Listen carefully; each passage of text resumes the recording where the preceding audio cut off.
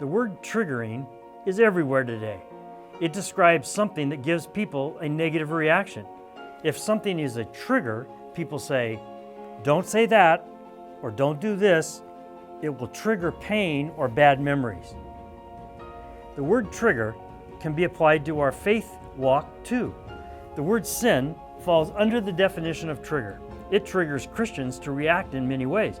When the word sin enters the mind of a Christian, it triggers fear, flight or fight, freeze or flee. Worst of all, it stirs up a flurry of adrenaline.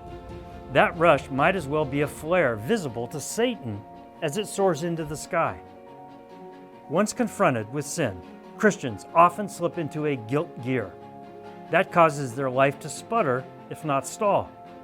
If that happens, we try to do what we can on our own to get back in the right gear. That kind of response to the sin trigger, unfortunately, is more common than the better response, which is to immediately stop our car and ask God what's going on. Dealing with sin is easier without having that word enter the dialogue. We would rather classify our actions as something other than sin by thinking, it wasn't that bad, or I just slipped a little.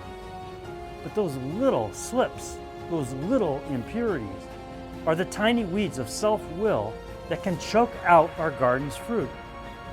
And they have us living a life that we paint gray. Once we create a gray zone in our life, it can only grow. It expands to accommodate our rationalizations. Pretty soon, we just toss the small sins into our gray zone. But sin is not a matter of how far we miss the mark of Christ-likeness. A miss is a miss, but each person is tempted when he is lured and enticed by his own desire.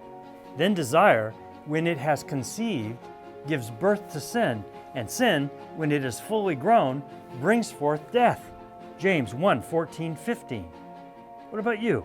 Are you living any part of your life in a gray zone?